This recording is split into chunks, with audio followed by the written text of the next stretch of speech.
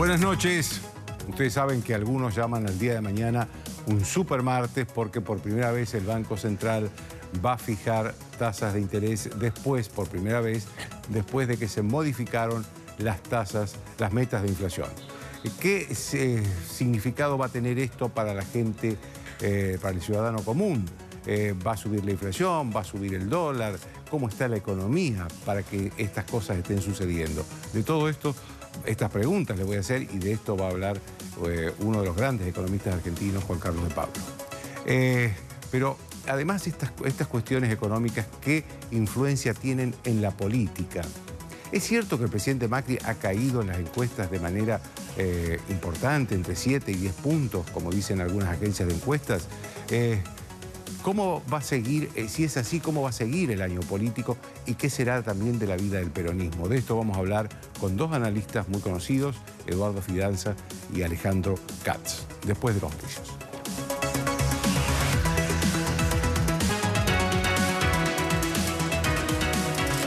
Bien, como les dije, con Juan Carlos de Pablo. Muy interesantes todas las preguntas que hiciste. Sí, claro. Te traje un libro porque están todas las respuestas. Acá están todas las respuestas. ¿Ves? Acá están todas. No, pero no. Después, la gente está de vacaciones, no lo vamos a poder leer. A ver, te quiero decir, no solo lo que anticipé, tenemos mañana es un supermartes, tenemos nuevas tasas, tenemos nueva meta de inflación, subió el dólar, el gobierno contrajo deuda por 9.000 millones de dólares más, que es una tercera parte de lo que va a estar en el año. ¿Cómo ves esta situación en la primera semana del año? Pensemos, en este momento uno diría que momentáneamente hay un limbo, porque estamos con el famoso supermartes. ¿Podríamos traer acá un tenor para que canten el Sundorma? Entonces nadie va a dormir. No exageremos tampoco. Yo no soy un experto en la parte esta monetaria, pero digo, no hay mucho espacio para reducir las tasas. Si algunos deudores están haciendo ilusiones de que las tasas van a caer... Uno mira la tasa de inflación diciembre, está entre 24 y 26%, diciembre de 2016, diciembre de 2017. Y con el dólar, ponete a hacer otra vez, digamos así, las cuentas. Así que yo digo, primera cosa, vamos a ver qué sale. La segunda es cómo lo anuncian y cuál es la relación con el resto de la política económica. ¿Entendés? De la famosa conferencia de prensa, a mí me parece que lo más importante es el convencimiento con el cual Duhovne y Caputo hablaron de si seguimos así no chocamos, y ojalá tengan razón, y conseguimos el endeudamiento, que yo aguanto. Más que el tema de la pauta de inflación, porque Joaquín, yo no conozco ninguna persona que el año pasado haya tomado decisión en base a la pauta del año pasado, y yo no conozco ninguna persona que va a tomar decisión en base al 15%. No, de hecho ya hay algunos que hablan de 3, 4 puntos más, por lo menos. Entonces, pero yo diría, en un país tan volátil como el nuestro, hablar de modificaciones nominales para año al año, que yo cuento, la verdad es casi una pérdida de tiempo. Sí, pero eso define, por ejemplo, los aumentos salariales. Es que las discusiones salariales vas a ver qué van a hacer con cláusula gatillo. Yo soy un dirigente sindical y vos venís y me decís, bueno, vamos a discutir, buen fenómeno. Pongamos 8 con cláusula gatillo, menos 4, poné lo que vos quieras con cláusula gatillo, yo que escucho, cláusula gatillo. Salvo, por supuesto, que nos pongamos de acuerdo en 400% con cláusula gatillo. Claro. Pero eso no existe. Entonces digo, yo no conozco ninguna discusión hoy sobre bases nominales. Entonces digo, esa parte me parece que no tiene mucha importancia. Sí me parece un pronunciamiento desde el punto de vista del Banco Central, a ver qué es lo que hacen en materia de tasas, y por fin que se pongan a trabajar juntos. Ahora digo, sigue la dominancia fiscal, porque me parece que el gobierno sigue sobre la base de vamos así, no chocamos, conseguimos el endeudamiento, etcétera, etcétera. Y como digo, ojalá tengan razón. Ahora, si están subestimando el problema, estamos en dificultades. Bueno, se verá. Lo que vos dijiste del endeudamiento, la tercera parte de lo que dicen que precisaban, una cosa por el estilo. El ministro Caputo yo no lo conozco, pero creo que tiene mucho oficio. Entonces, trabaja, si vos querés, con todo respeto, como un almacenero que dice, esto lo agarro, no sé qué pasa dentro de 15 días, 10 días o cosas por el estilo. Ahí la pregunta que hay que hacer, pero desde la ignorancia, es, ¿por qué? Primero, si la deuda es neta o bruta, es decir, ¿tomó deuda para financiar un déficit o tomó deuda porque había un vencimiento? Finalmente, si hay déficit, quiere decir que aumentar la deuda neta. Claro. Eso es evidente. La segunda cosa que hay que preguntarle es, vos te endeudás a 5 años, 10 años y 30 años, creo, y pagás, o prometés pagar. 4 y medio, 6 y pico. ¿Por qué no tomás toda a 5 años? Y 4 y pico, y si ya somos unos genios, después va a bajar. La verdad que no lo sé. Una alternativa es que de repente la oferta te dice tanto a esto, y la tenés que tomar de manera conjunta. ¿Viste cuando vos vas a un restaurante y dices pan y manteca 200 pesos, vos solo querés pan? Y el pan, no, pan y manteca. Tire la manteca y pague los 200 pesos. Puede ser que sea así, habría que preguntar. Decime, ahora, ¿cómo ves vos el año? Porque yo digo, me parece que hubo demasiados estremecimientos sobre fin de año y principios de este año en la economía como para pensar que, veo ahora hay algunas novedades sobre el crecimiento de la economía, que la economía se está paralizando un poco comparada mes a mes. Okay. Este mes con el mes anterior. No hablemos del año, hablemos del arranque del año. Claro. Para lo cual, naturalmente, lo que vos decís es importante. Salió en los diarios que el EMAE, que es una estimación que hace el INDEC de lo que finalmente termina siendo el PBI, fue revisado para abajo, muy poquito, muy poquito. Sí es cierto que lo que se está diciendo es congruente con lo que uno recibe como consultor y en las conferencias, en el sentido de que el tercer trimestre del año pasado probablemente fue el mejor trimestre y el cuarto probablemente no fue tan bueno como el tercer trimestre. Ahora, viene el arranque. Yo diría el arranque. Después invitamos a otro programa y vengo y seguimos hablando. ¿Por qué? Porque el horizonte es muy chiquito. En el arranque, me parece que vas a ver esta continuación de este crecimiento, más tasa, menos tasa. Los datos que sacó el otro día Tendencias Económicas de suspensiones y despidos dicen fuerte caída, que es congruente con esta reactivación, digamos así, de la economía, junto a lo cual tenés problemas obvios de tipo de cambio, déficit comercial, etcétera, etcétera, pero que no los puedes tratar de manera individual, porque son subproductos de lo que has planteado en materia fiscal. Si vos decís, yo voy a seguir con este déficit, voy a seguir con voy a bajar despacito, no sé cuánto me voy a endeudar, etcétera, etcétera, es casi inevitable que vas a seguir teniendo este tipo de cambio y este déficit comercial, ¿no? Ahora, decime, el endeudamiento. Porque yo noto que muchos colegas tuyos son críticos del endeudamiento del gobierno. Ahora, ¿hay una alternativa para el endeudamiento? Muy bien.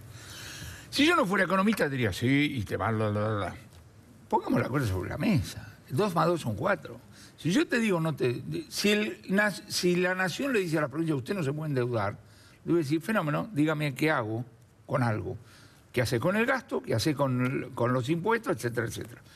Si vos no te querés endeudar, o querés endeudarte menos, uno diría por lo menos endeudarte menos. ¿Por qué endeudarte menos?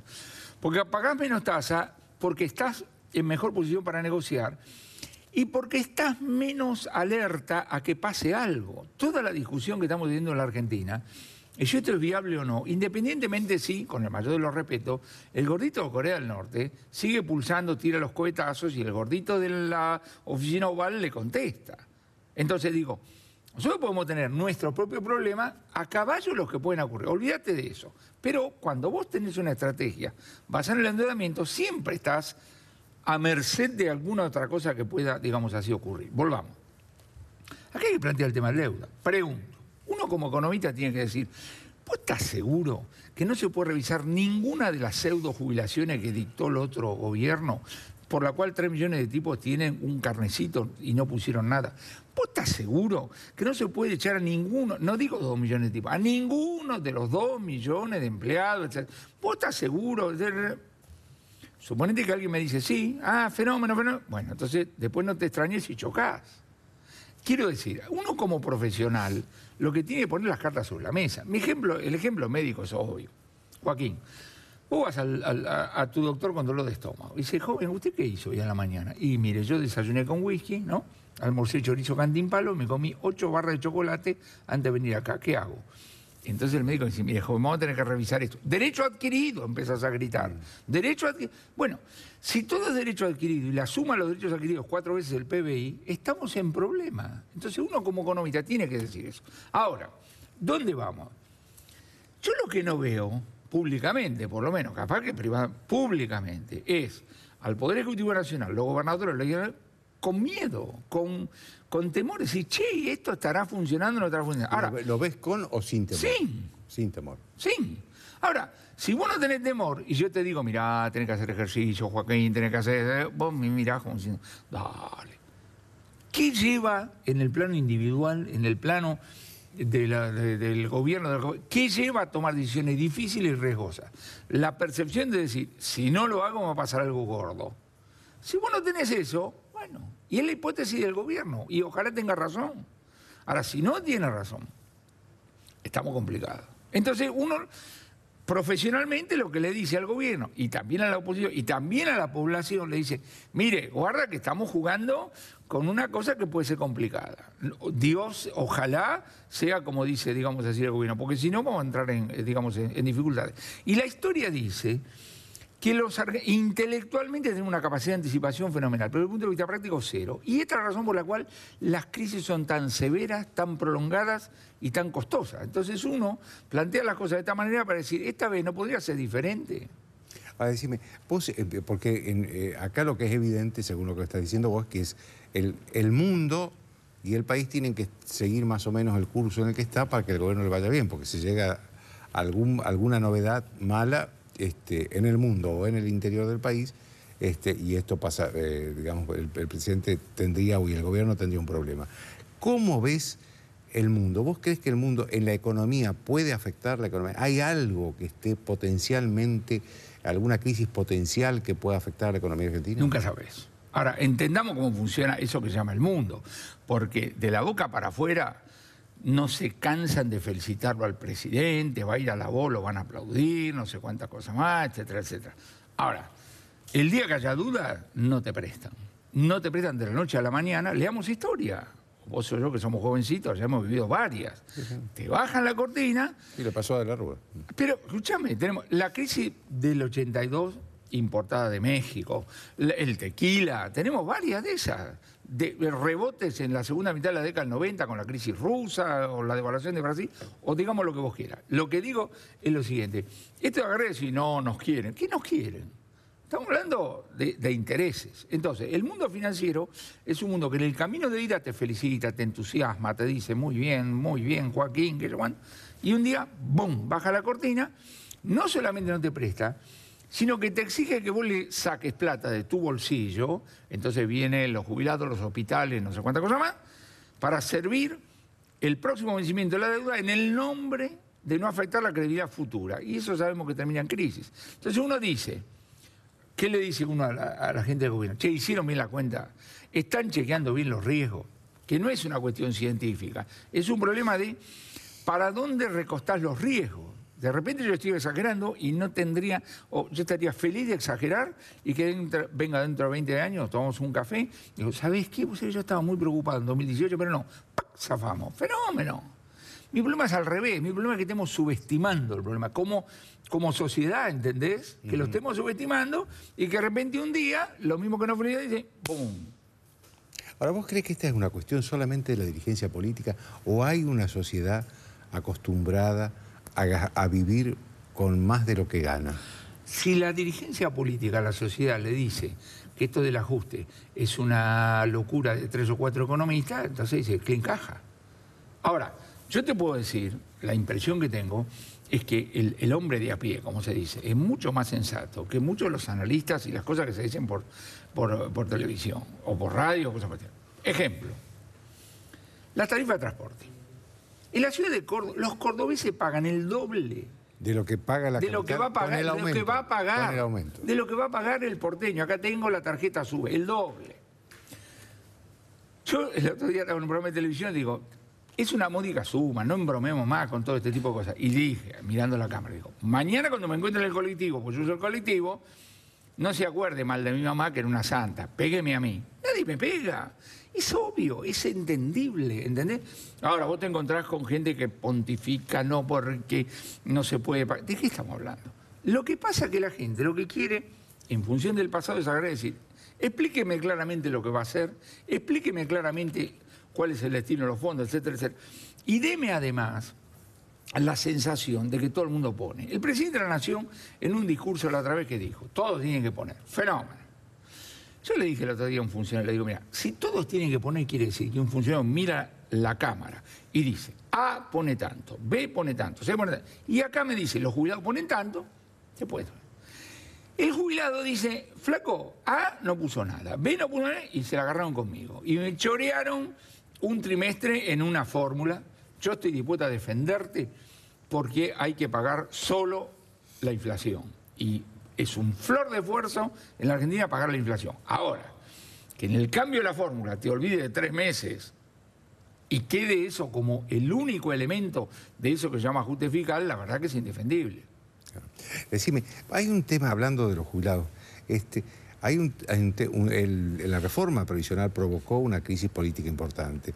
Entonces yo, a partir de ahí, me pregunto, ¿se pueden hacer reformas más profundas en un país que por una modificación en el aumento de los jubilados se provocó semejante crisis política? Ok, los que vienen después son más especialistas que yo para responder. Sí, sí. Así que yo voy a decir una cosa distinta. Yo voy a decir, muchachos, a la edad que tengo yo, así no. Reaccionar contra la violencia, como lo vimos el otro día, tiene que ser un incondicional de los mayores. ¿Por qué? Porque en la Argentina, desde fines de la década del 60, por subestimar el problema, viste lo que pasó. No podemos dar lujo a repetir. La dinámica de ese tipo de esos acontecimientos es absolutamente desconocida. Absolutamente desconocida. Es decir, lo paró la policía, podría no haberlo parado, podría haber roto la puerta, quemado no sé qué, no sabés. Esas dinámicas no hay que empezarlas de ninguna manera. Si hay una relación entre el tamaño de la violencia y el cambio que vas a hacer o no, no lo sé. La impresión que tengo es que esos movimientos son lo que diríamos un costo fijo. Te la van a hacer de cualquier manera, van a hacerlas bien.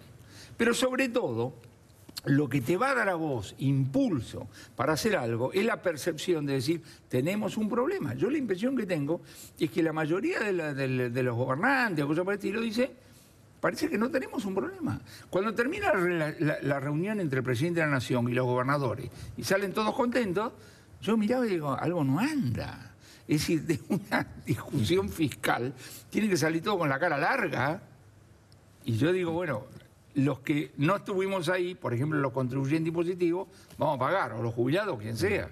Entonces digo, me parece, y yo insisto, ojalá esté exagerando, equivocado no estoy, ojalá esté exagerando y el problema pueda zafar, pero si no, y tiene que ser motivo, digamos, de discusión interna dentro del gobierno, dentro de la sala de lista, etcétera, etcétera, pero, digamos, proporcional al problema que estás, digamos así, viendo. Y sobre el tema de la violencia, tenemos que ser claritos, así no, punto, incondicional. No, pero no. Déjame que te haga una última pregunta, que es el tema de la pobreza, porque yo veo que escucho poco a los economistas hablar de la pobreza en un país que tiene el 30%, casi el 30% de pobreza. Primero, ¿Cómo se resuelve eso? ¿Tiene solución? Primero, ¿No tiene solución? El último informe de la UCA, desde el punto de vista de los datos estadísticos, brillante. Desde el punto de vista del texto, son unos picarones. Porque el cuadro de la página 6, lo digo públicamente, dice, en el último año bajó la pobreza y la indigencia. Y el texto no decía nada. Nota a pie de página, volvamos. Discutir si la pobreza es 28, 30, yo te digo, Joaquín, hay tanto por hacer. Lo que hay que hacer es trabajar. Y acá los economistas tenemos mucho para decir. ¿Sabe qué tenemos para decir? Que el ser humano, pobre, rico, lo que sea, se mueve por incentivos y desincentivos. Hay que revisar todos los planes que vos tenés desde el punto de vista de decir qué ponés, qué pongo, etc. Hay que hablar con la gente que sabe. Tráetelo a Eduardo Amadeo, tráetelo a cualquiera que está al pie del cañón para ver cómo se pueden armar, digamos así, cosas concretas. La eficiencia del... Mirá, yo le mando unos mangos a Cáritas. Me mandan un resumen. 94% de lo que yo le mando le llega a alguien. 6% es una secretaria, una estampilla. Pues. Pregunta. De cada 100 pesos que vos ponés de impuestos, ¿cuánto le llega a un pobre? Yo quisiera saber. ¿Cuánto le llega a un pobre? ¿Entendés? Entonces, nosotros, uno como economista tiene mucho para decir. Mucho para decir. Se puede hacer cosas concretas, digamos así. Muchas de las cuales seguro que están, digamos así, haciendo. ¿Entendés?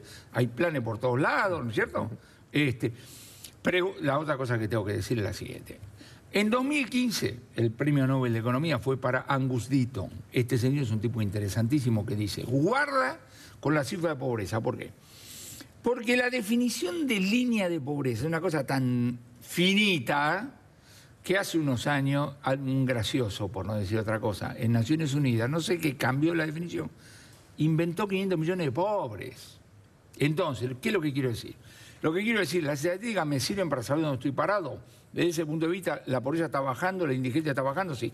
Queda un montón para hacer, sí. Trabajemos en serio, vamos a poner los incentivos y los desincentivos junto a lo que son los temas técnicos de los tipos que están al pie del cañón y te dice cómo hay que ayudar, etcétera. Pero parto de la base de que el que quiere ser ayudado, cosa por el estilo, es un ser humano que la cabeza, digamos, le funciona, etcétera, y funciona de determinada manera. Y quiere trabajar. Seguramente. Ahora, yo no soy un experto. Después me dicen, no, hay gente que hace tres generaciones que no quiere trabajar. No lo sé. Trae gente específica, digamos, que sepa. Pero la acción concreta, no hay que esperar ninguna estadística elemental para, digamos así, para trabajar. Y muy probablemente que se están haciendo cosas públicas y se están haciendo cosas, digamos así, digamos, privadas. Ahora, cualquier persona que recuerda lo que eran los pobres, cuando vos y yo éramos jóvenes, estamos hablando de otras músicas, estamos hablando de otras realidades, etcétera, etcétera. Acordate del concepto del gorila. Y el otro día estaba dando un curso.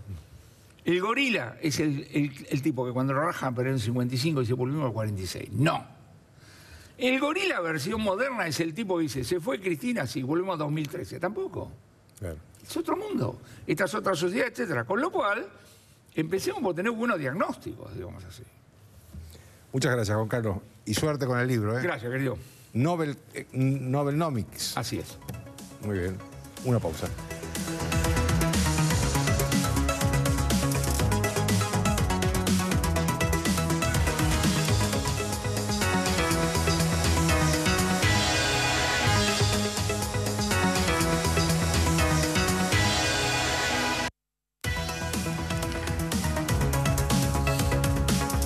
Bien, ahora la política obviamente también relacionada con la economía, y dos analistas muy prestigiosos, Eduardo Fidanza y Alejandro Katz, o Alejandro Katz y Eduardo Fidanza. Y lo primero que quiero preguntarles es, a ver, ¿cómo ven desde el análisis político lo que está sucediendo y lo que ha sucedido en los últimos tiempos con la economía? Que tiene su influencia, va a tener su influencia en la sociedad, obviamente. Si hay más inflación, si hay el dólar sube la inflación. Es decir, esta clase de repercusiones al ciudadano común le va a llegar, ¿no? Mira, a mí me hace acordar la problemática argentina a una antigua definición del marxismo que después se convirtió en un cliché y fue muy cuestionada, que era la diferencia entre la infraestructura económica y la superestructura, digamos, cultural, simbólica, etcétera. Pero que es este punto, si rescatamos esta noción ya antigua, hay alguna cuestión de esta. En el bloque anterior, ¿de qué se habló? Y se habló de la contabilidad nacional, se habló de las partidas, de los gastos, del déficit, del endeudamiento. Ahora, eso hay que cruzarlo, primero con un trasfondo cultural, que yo diría se expresa mucho en expectativas y se expresa mucho en el nivel de los derechos que las personas tienen, las demandas, etcétera, etcétera.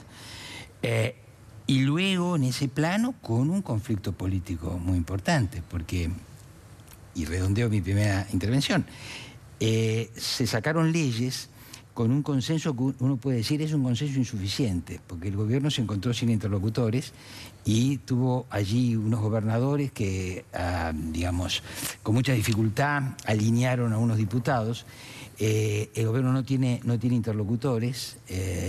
Paradójicamente venció al peronismo, lo venció tanto que se quedó del otro lado sin personas que tengan poder. Yo escuché en comentario de un ministro que decía, bueno, nos dicen a nosotros que nos abandonaron los gobernadores. No, a los gobernadores los abandonaron, porque son figuras políticas que no tienen hoy capacidad de alinear detrás suyos ni siquiera a diputados, porque no hay en el peronismo, que es la principal fuerza política de Argentina, organicidad. Entonces tenés un problema económico, tenés un problema cultural y un problema político. Alejandro. Sí, yo diría, para empezar un poquito a pensar esto, diría lo siguiente. Creo que la famosa conferencia de prensa de hace 15 días es una muy buena señal de desideologización del gobierno. Creo que el gobierno... Aclaremos, es la conferencia de prensa donde se anuncia la modificación de las metas de inflación. Pasan exacto. de 10 a 15%. Lo cual quiere decir...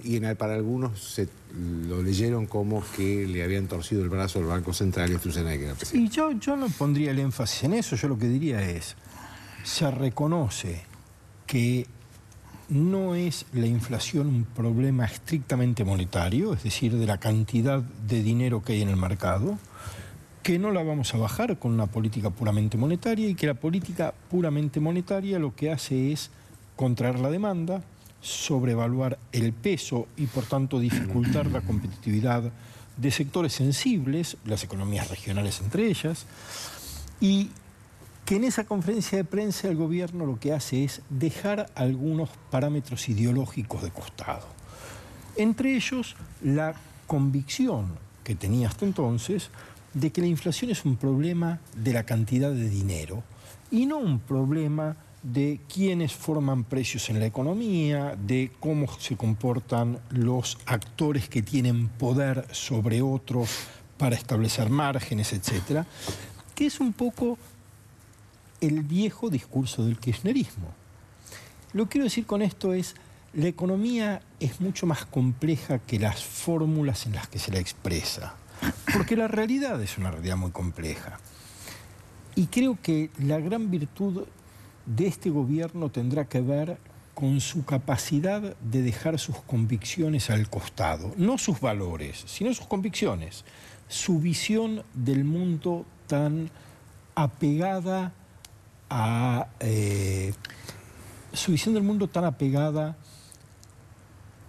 la idea según la cual el mercado va a producir las transformaciones necesarias en la sociedad. Creo que hay que aprender que este es un país dual, un país en el cual un sector de la economía es muy productivo, muy competitivo y muy abierto al mundo, y un sector de la sociedad es de muy baja competitividad, que no puede estar abierto a la competencia con los mercados mundiales y que sin embargo es necesario que ese sector de la sociedad funcione, que produzca bienes de calidad mediocre pero necesarios, que dé un trabajo que no es de muy alta productividad pero que genera empleo y demanda interna y cohesiona socialmente, y que tenemos que encontrar el modo de que esos dos países funcionen. Seguramente uno va a tener que financiar al otro, no de un modo tal que se vuelve inviable, porque si lo vuelve inviable ya no hay financiamiento posible, eso es lo que hizo el kirchnerismo, ahogó las fuentes de recursos para que esa parte menor de la economía funcionara. Tenemos que encontrar el modo de reconocer que hay dos países y que falta mucho para que puedan converger en uno solo. Y hasta tanto hay que hacer esfuerzos para que eso sea una coexistencia mínimamente armónica. Lo que decía Alejandro sobre este cambio en la política económica, ¿cuál es tu opinión? Sí, yo ahí difiero un poco. ¿Por qué? Porque caracterizar la ideología del gobierno por la política del Banco Central es una parte, pero a mí me parece que el proyecto de Cambiemos y el proyecto de PRO es un proyecto más sofisticado, cuyo trasfondo o cuya estrategia de fondo es ganarle la partida política después de 70 años al peronismo y reemplazarlo como principal partido de la Argentina. Entonces ahí hay contradicciones entre la sociedad, la política y la economía que no se pueden resolver. Yo he dicho que Macri no quiere ser populista, pero quiere ser popular. Yo no conozco ningún político en los años que llevo trabajando de consultor que no quiera la popularidad. La popularidad se traduce en votos y los que votan a un político es porque proyectan en él un futuro mejor o ya lo han verificado y lo quieren seguir manteniendo. O sea, tengo beneficios, voto. Espero tener beneficios adelante, voy a votar. Entonces, el de Macri es un proyecto político, en primer lugar, para obtener la reelección. Y yo creo que hay movimientos digamos, de fondos incluso. Yo decía el otro día, este no es el gobierno Robin Hood, este no es un gobierno que le saca a los ricos para dar a los pobres. Pero no lo confundamos, tampoco es Hood Robin, como escriben los editorialistas de Página 12, que le saca a los pobres para darle a los ricos. Yo digo, este es un gobierno Robin. Le ha sacado a los pobres jubilados para darle a los pobres del conurbano. Seguramente más demandantes, más jóvenes, ¿no es cierto?, más protagonistas de todos los días. Hay una cierta injusticia de sacarle a los más viejos y a los que no pueden protestar, pero resulta que esto lo transfiero, ¿no es cierto?, para disputar allí el voto peronista. Y si yo el voto peronista lo conquisto, entonces posiblemente, probablemente me convierta en la nueva hegemonía política. Yo creo que ese es el proyecto de fondo. Lo que pasa es que ese proyecto de fondo se lleva mal con la racionalidad económica, porque todo requisito de popularidad tiene un límite a la hora de racionalizar la economía en el plano, por ejemplo, del gasto público. Cuando uno escucha a Juan Carlos de Pablo, que es un hombre muy inteligente y que los años lo han vuelto también más delicado, ¿no es cierto?, uno lo que advierte es qué habría que hacer. Y bueno, habría que revisar las jubilaciones, habría que ver esto, habría que ver lo otro. Yo convoco a los televidentes a leer a algunos economistas más jóvenes, digamos, dentro de lo que llamaríamos el neoliberalismo, que dicen unas proclamas que además detestan este gobierno, porque este gobierno no está haciendo el programa, ¿no es cierto?, de la racionalización económica que pasa por... Los liberalotes, según Fernando. Bueno, muy bien. Entonces quiero decir, ojo, porque este es un proyecto político complejo. Lo que pasa, que en realidad me parece, ese proyecto de poder, como no se puede financiar de otra manera, se está financiando de capital financiero internacional. Y ese es el riesgo de Macri y su proyecto. Ahora, la pregunta es, ¿le queda otra? Porque lo que uno debe pensar es que va a seguir el endeudamiento, va a seguir el riesgo del endeudamiento, pero no para recortar básicamente derechos, como quisieran algunos, ¿no es cierto?, como quisiera la izquierda, como quisiera el kirchnerismo, sino para mover las piezas y el presupuesto y buscar conquistar el Gran Buenos Aires. Y hay sociológicamente fundamentos. Yo el otro día lo citaba a Rodrigo Sarrázaga, que dice que hay una grieta, no solamente arriba en el peronismo, abajo, en su base sociológica. ¿Por qué? Porque hay un grupo que ha vivido los planes sociales que tiene menos capacidad laboral, menos aspiraciones, y hay otro grupo que trabaja de su esfuerzo, que tiene empleos en blanco, que tiene mayores aspiraciones. Un poco lo que decía Alejandro, los dos países. Estos dos países. Bueno, yo creo que, pero ojo, este no es un gobierno de derecha clásico, este es un gobierno que va por la base social del principal partido político. Yo estoy de acuerdo con Eduardo en que ese es el proyecto de la coalición gobernante, sin duda. Creo que el cambio en las metas de inflación lo que pone de manifiesto es un cambio en la estrategia para la consecución de ese proyecto. Sí, está muy bien. No creo que no sea el proyecto, creo que han cambiado la estrategia y que es un cambio de estrategia muy revelador. Porque, en mi opinión, hasta que el gobierno acepta que no es la voz del Banco Central la que debe definir toda la política macroeconómica, hasta ese momento el gobierno tiene una mirada muy seducida por la capacidad presunta del capital de dinamizar la economía y la convicción de que no debe abandonar los sectores populares. Es decir, la confianza en la economía está del lado del mercado y el lado popular es un lado al que hay que asistir para no poner en crisis la gobernabilidad. Yo creo que el cambio en la política lo que hace es licuar los dos énfasis. Y al licuar los dos énfasis, lo que se reconoce es que hay que llevar la política económica al centro. Y el centro quiere decir a un mayor énfasis en los sectores medios, que el gobierno no tenía. El gobierno privilegiaba las decisiones económicas vinculadas con el capital y la asistencia social. Y ahora quiere salir de eso y quiere llevar el mundo de la pobreza hacia el lado del trabajo y el mundo del capital hacia el pequeño inversor, el pequeño comerciante, el pequeño productor, que ahora pueden actuar con más holgura de lo que podían cuando... Está muy bien. Déjame, Eduardo, que te pregunte algo, porque ¿no será consecuencia también, el cambio no será consecuencia también de una modificación, que yo he leído en todas las encuestas, de una caída del presidente en el mes de diciembre? Pero ahora viene.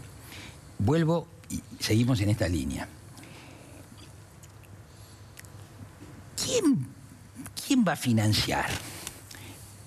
Van a financiar, el capitalismo financiero internacional va a proveer. Pero digamos, la fuente de financiamiento de la Argentina no es solamente eso. La fuente de financiamiento legítima de un país es la imposición, ¿no es cierto? Son los impuestos. Bueno, yo tengo esta hipótesis. A las clases populares este gobierno no las va a abandonar. A los de más abajo porque no le va a retirar los planes, se los aumentó. Y a los de la clase media baja los va a asistir y los va a promover porque quiere capturar su voto. Y la clase media, la clase media, la clase media alta, el electorado histórico de los partidos, digamos que son la cabeza de las opciones no peronistas de la Argentina, ¿no será que tal vez van a recibir más bienes simbólicos que bienes económicos? Sin duda. Bueno, el aumento de las tarifas afecta... Exactamente. Bueno, es una combinación que es así. Es un sindicalista preso, un kirchnerista descubierto con las manos en la masa, un aumento de tarifas. Es algo que se va equilibrando, ¿no es cierto?, en ese sentido común de la clase media, que le están sacando del bolsillo algo material y le están restituyendo en el plano simbólico, con la promesa que yo creo que es una promesa justa de una sociedad más transparente, etc. Bueno, hay que ver estas hipótesis, cómo, ¿no es cierto?, se juegan y cómo se realizan.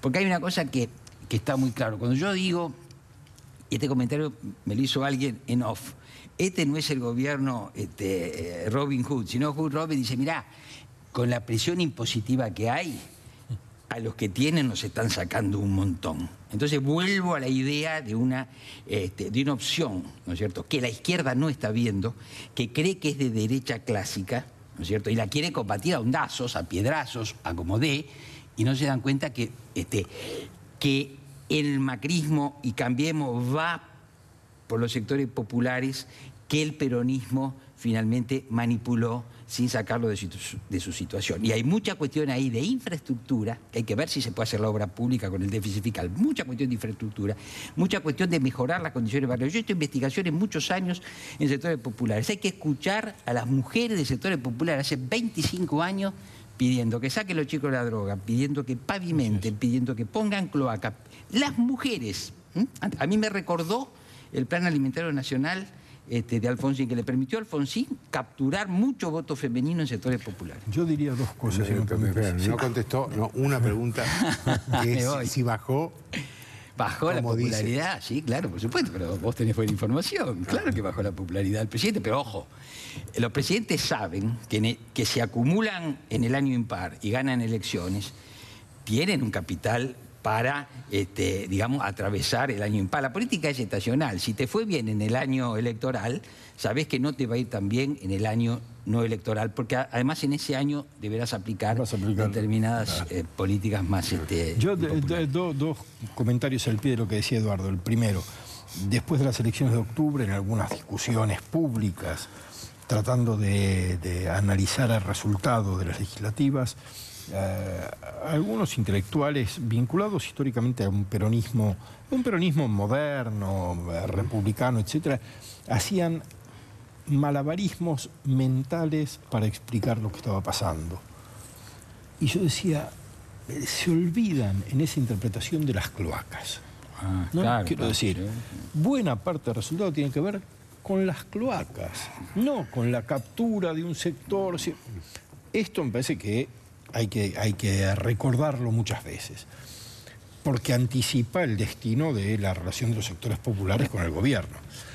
Pero en relación con el otro punto, yo me pregunto si no hay una sobrevaloración de las clases medias en la interpretación de Eduardo, cuando dice están dispuestos a cambiar republicanismo por impuestos. No sé si están dispuestos. ¿No? O por tarifas. No, que yo no sé si están dispuestos. Ese es el menú que le están poniendo. Claro, yo no sé si los sectores medios argentinos están muy habituados a que se les provea bienestar vía un dólar subsidiado para viajar al exterior en vacaciones o comprar bienes suntuarios, para tomar whisky importado o para comprar ropa de marca. Son sectores muy poco dispuestos a vivir de acuerdo con la productividad real de nuestra economía en el mundo. Tal cual, pero hay un dato fundamental hoy, en términos generales, que estamos hablando de los sectores medios. Yo suelo decir que mucha gente vota Cambiemos, como mucha gente permanece en las prepagas. Es un clásico que la gente protesta porque la prepaga aumenta permanentemente, porque tienen retrasos en esto, en aquello, y entonces viene el momento y dice, ¿qué hacemos? Permanecemos porque no hay a dónde ir. Bueno. Entonces hay una masa muy grande de clase media que hoy, ante el espectáculo del peronismo, no tiene dónde ir, lo cual no quiere decir que dentro de un año no descubra dónde ir. Bueno, hoy pero no tiene dónde ir. Déjenme hacerles ahí una pregunta que me parece importante. En este contexto, ¿qué va a ser del peronismo? ¿Hay posibilidad de que el peronismo este año encuentre una fórmula?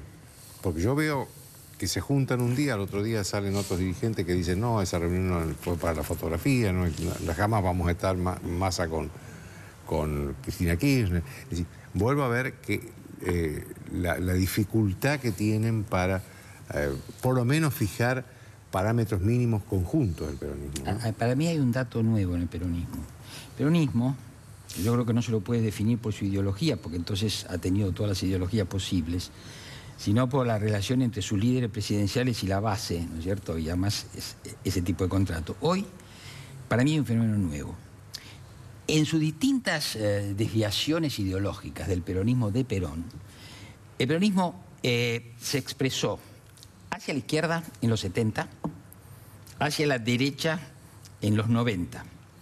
Las dos opciones que eran medio extremas, o sea, la violenta de los 70 era muy extrema, fue doblegada por una dictadura sanguinaria, pero fue doblegada, salió de juego. La de los 90, como era la sobreactuación del neoliberalismo, también fue terminada por una crisis tremenda en el principio del siglo. Pero el peronismo está institucionalizando una opción de izquierda que no es violenta en el fondo, puede ser violenta en la calle, pero no es armada, no es una opción armada. Estamos en democracia. Cristinismo. Exactamente, el cristinismo es una novedad, porque es una desviación del peronismo peronista que se está institucionalizando. Tiene 1 de cada 4 votos en la Argentina y tiene, ¿no es cierto?, en el conurbano bonaerense un arraigo.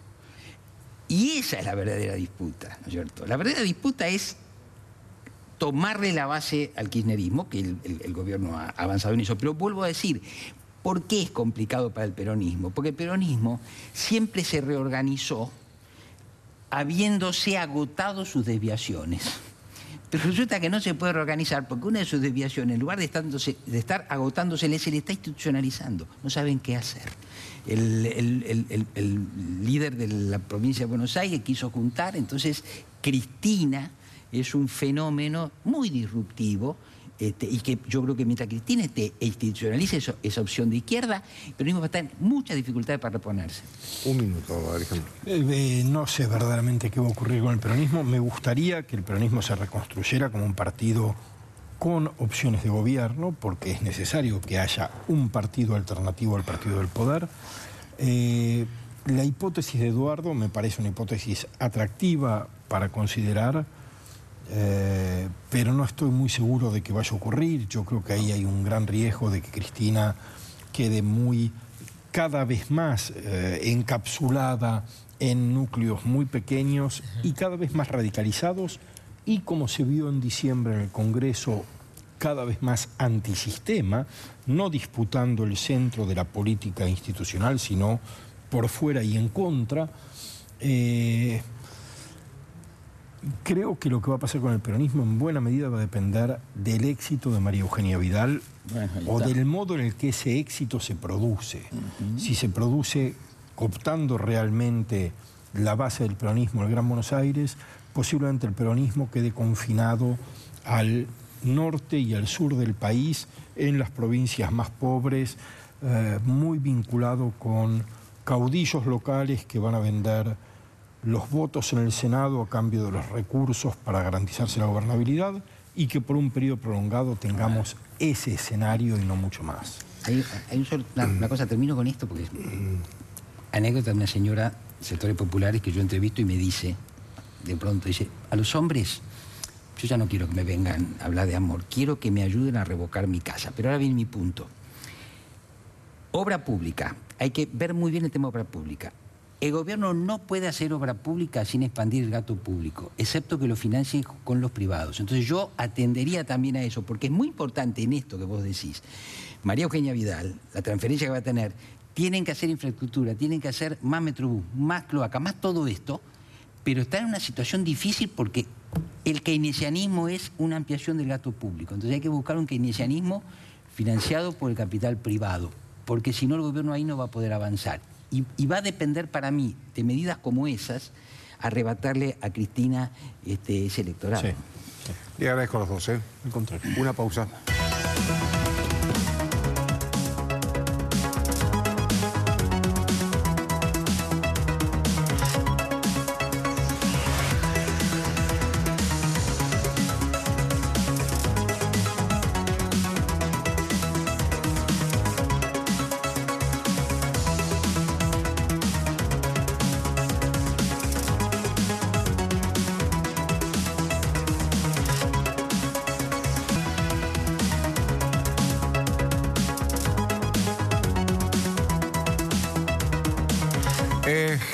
¿Cuál es la pregunta que mañana se va a responder en materia de economía? Porque el Supermartes tiene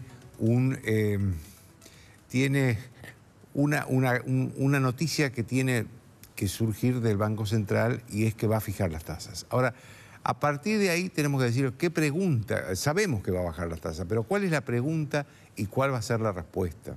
La pregunta es ¿cómo van a ser? ¿Cómo va a ser esa baja en las tasas de interés? ¿Va a ser paulatina? ¿Va a ser abrupta? Porque la diferencia entre una y otra alternativa es el precio del dólar. Si hay una tasa que baja abruptamente, seguramente va a subir el dólar. Más de lo que ha estado subiendo estos días y posiblemente ya hasta toque los 20 pesos. En ese caso, vamos a tener también una influencia del precio del dólar en la inflación.